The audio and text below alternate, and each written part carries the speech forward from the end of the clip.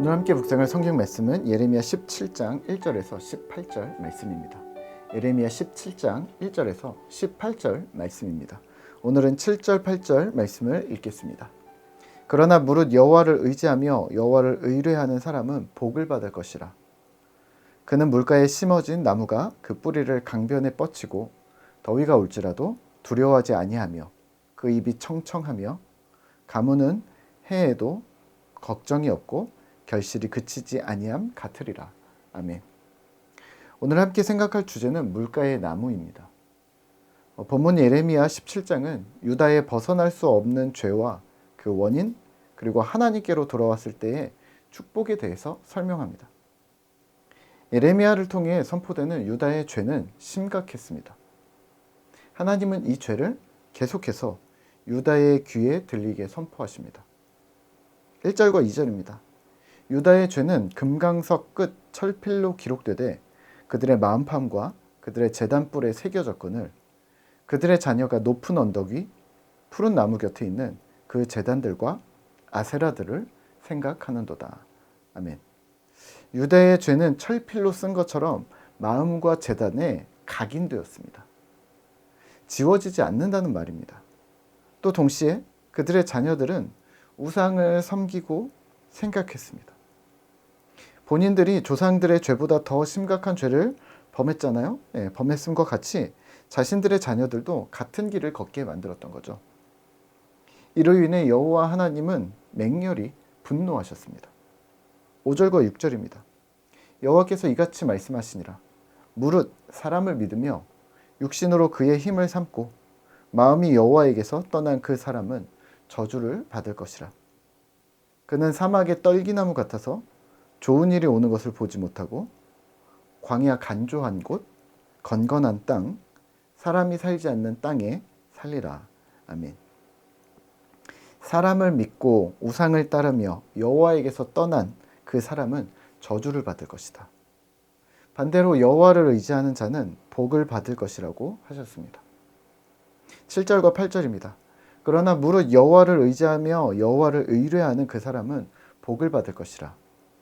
그는 물가에 심어진 나무가 그 뿌리를 강변에 뻗치고 더위가 올지라도 두려워하지 아니하며 그 입이 청청하며 가무는 해에도 걱정이 없고 결실이 그치지 아니함 같으리라. 아멘. 그 복은 바로 물가에 심겨진 나무와 같은 복인데요. 물가에 선 나무는 더위, 가뭄에 걱정이 없었을 겁니다. 그리고 열매가 그치지 않았습니다. 은혜고 축복인 거죠. 오늘 말씀을 생각하며 우리는 무엇을 기억해야 할까요?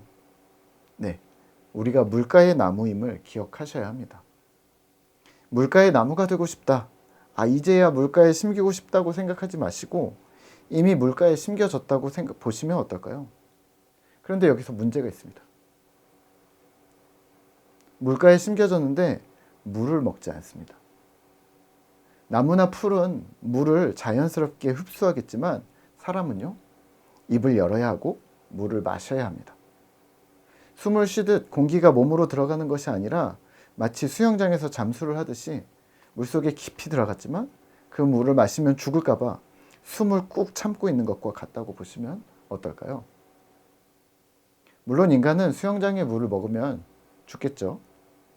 근데 우리가 의지를 가진 존재라는 것을 기억하자는 말입니다. 물가에 심긴 나무가 의도적으로 물을 안 먹겠다고 버티는 겁니다. 그걸 안 먹어도 잘 살 수 있다고 생각하는 겁니다. 그게 가능하지 않다는 말입니다. 그리고 그렇게 행동하는 자들을 향하여 하나님은 배반하였다, 완고한 자들이라고 부릅니다. 장난감을 사달라는 아이를 달래놓고서 저녁밥을 먹으라고 차려줬는데 식탁에 앉아서 아이가 밥을 안 먹겠다고 합니다. 장난감 사주지 않으면 밥을 안 먹겠다는 거죠.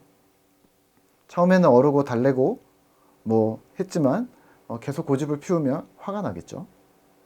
오늘 이스라엘 상황이 바로 그와 같아 보입니다. 고집을 피우고 있고 성질 부리고 있고 자기 마음대로 하나님을 컨트롤하려고 좌지우지하려고 합니다. 사실 이스라엘만큼 좋은 환경은 없습니다. 하나님 스스로 먼저 그들의 주님이 되어주시겠다고 하셨으니 말입니다. 그럼에도 불구하고 자꾸 버티고 있는 이스라엘은 무엇이 문제였을까요? 마음이 문제였습니다. 9절입니다. 만물보다 거짓되고 심히 부패한 것은 마음이라. 누가 능히 이를 알리우마는. 아멘. 이미 마음이 다른 곳에 가 있었습니다. 마음 속에서는 다른 속셈이 있었습니다. 그래서 하나님이 주시는 그 무엇도 받아들일 생각이 없었습니다. 하지만 하나님은 그 마음을 감찰하시죠. 심장을 살피며 폐부를 시험하고 이미 그 마음을 꿰뚫고 계셨습니다. 여기에 핑계는 없습니다. 그렇다면 오늘 우리는 무엇을 해야 할까요?